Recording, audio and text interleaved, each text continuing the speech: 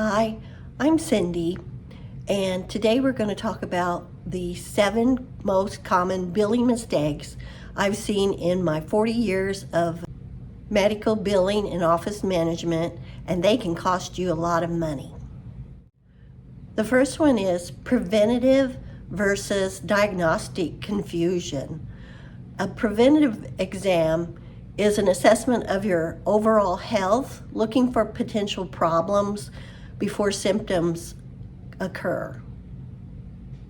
A diagnostic exam is for a known condition or problem.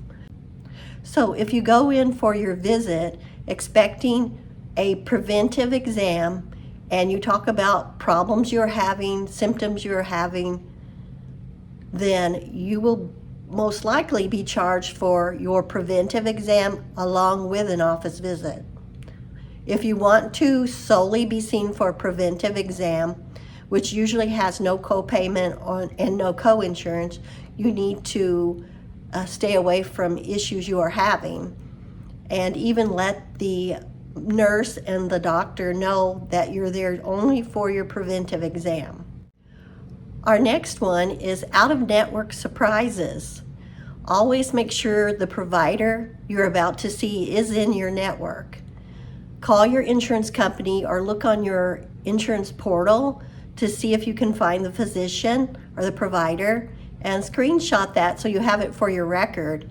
Or if you talk to your insurance company, get the name of the person you spoke to and document the date. Our next one is wrong coding. This is usually on the provider to fix, but look at your explanation of benefits or explanation of payments to see if you can see a problem. If not, call the insurance company. This often triggers denials like not medically necessary. You may need to contact the provider to have them send in a corrected claim. If no one will listen to you, you may have to appeal. If your appeal is denied again, you can request an independent third-party review. Under the Affordable Care Act, insurers must allow this. Duplicate charges are another issue. If you're charged for something twice, the insurance company usually catches it and will deny the duplicate charge. Or if the whole claim is sent in twice, then one may get denied and one may get processed. Check your insurance portal if you get a denial to see if there is a second claim in there that is a duplicate and did get processed. Once in a while, both of those claims will deny. They'll hit up against each other and both will deny. Then the insurance company needs addressed. The provider needs to probably just resubmit the claim so they have it again, but it would require a conversation.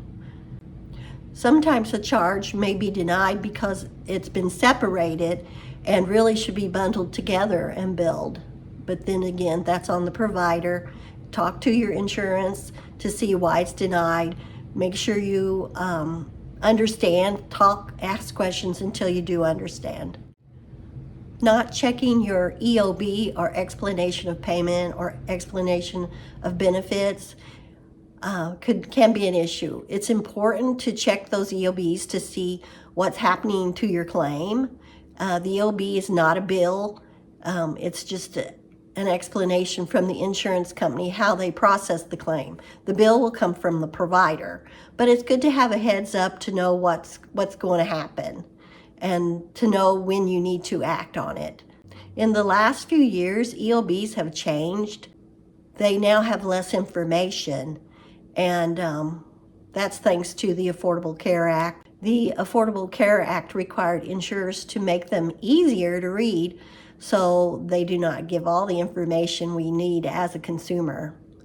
And so we end up having to call the insurance company to find out what happened to our claim. Another problem is not providing the office with the correct insurance. That one is on you to update your insurance with the office. Remember, some insurers only allow 90 days to get your claim in. And so if we run into problems getting the correct information, that eats into that time limit. Sending a claim, waiting for a denial, trying to contact you to get your new insurance, waiting for you to respond, refiling the claim. That all takes time. And if you provide the insurance too late, then the office isn't able to file on your behalf and you may be responsible for those charges. Another problem is ignoring medical bills. Always check your medical bill when you receive it. There could be an error. If you believe you should not be getting a bill, find out what happened. Contact the provider, and then you may need to contact the insurance company. If you do owe the bill, then contact the billing department of the provider to see if you qualify for assistance. Most facilities have a flexible eligibility standard when granting financial assistance, but you have to apply before your account is turned over to a collection agency. Once again, question anything unclear or unexpected and ask questions until you understand.